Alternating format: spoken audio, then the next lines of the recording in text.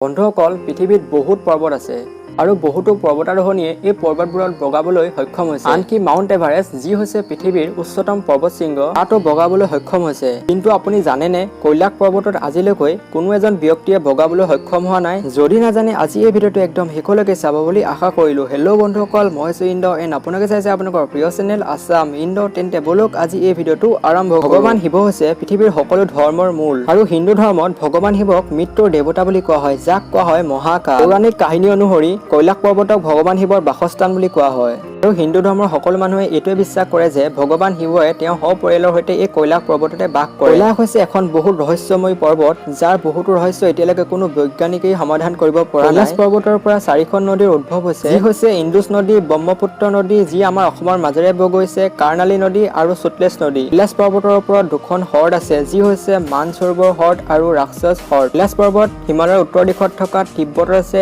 যি বৰ্তমান চীন দেশৰ অন্তৰ্গত কৈলাশ পৰ্বতত ইমানেই ৰহস্য আছে যে ইয়াৰ ৰহস্যৰ কথা কৈ শেষ কৰিব নোৱাৰি ইয়াত সময় বহুত দ্ৰুতগতিত পাৰ হয় হয়তো আপুনি শুনি বিশ্বাস নকৰিব পাৰে কিন্তু ইয়ালৈ যিসকল গৈছে তেওঁলোক সকলোৱে অৱগত কৰিছে যে ইয়াত সময় বহুত দ্ৰুতগতিত পাৰ হৈ যায় এটা প্ৰমাণ হ'ল যে ইয়ালৈ অহা ভ্ৰমণকাৰী বা বিজ্ঞানীসকলৰ চুলি আৰু নখ বহুত দ্ৰুতগতিত বাঢ়ি যায় ইয়াত সময় দ্ৰুতগতিত বাঢ়ি যোৱাৰ কাৰণ বৈজ্ঞানিকসকলে এতিয়াও বিচাৰি উলিয়াবলৈ ব্যৰ্থ হৈছে ইয়াত যিটো মানসৰোবৰ হ্ৰদ আছে সেই হ্ৰদটো বেছিভাগ সময়ে বৰফেৰে ঢাক খাই থাকে আৰু যেতিয়া গ্ৰীষ্মকালত ইয়াৰ বৰফবোৰ গলিবলৈ ধৰে তেতিয়া ইয়াৰ পৰা ডম্বৰু শব্দ সৃষ্টি হয় যি ডম্বৰু হৈছে শিৱৰ বাদ্যযন্ত্ৰ বহুতে বিশ্বাস কৰে যে মানসৰোবৰত এবাৰ ডুবকি মাৰিব পাৰিলে ৰুদ্ৰলোক প্ৰাপ্তি হয় যেতিয়া সূৰ্যোদয়ৰ সময়ত কৈলাশ পৰ্বতৰ ঠাণ্ডা পৰ্বতবোৰত সূৰ্যৰ ৰশ্মি পৰে তেতিয়া এক বিশাল স্বস্তিকাৰ আকৃতিৰ সৃষ্টি হয় যাৰ ফলত এনে লাগে যে সূৰ্য দেৱতাই ভগৱান শিৱক শ্ৰদ্ধাঞ্জলি জনাইছে এতিয়া আহিছো আমাৰ মেইন টপিকটোলৈ যি হৈছে কৈলাশ পৰ্বতৰ এতিয়ালৈকে কিয় কোনো উঠিব পৰা নাই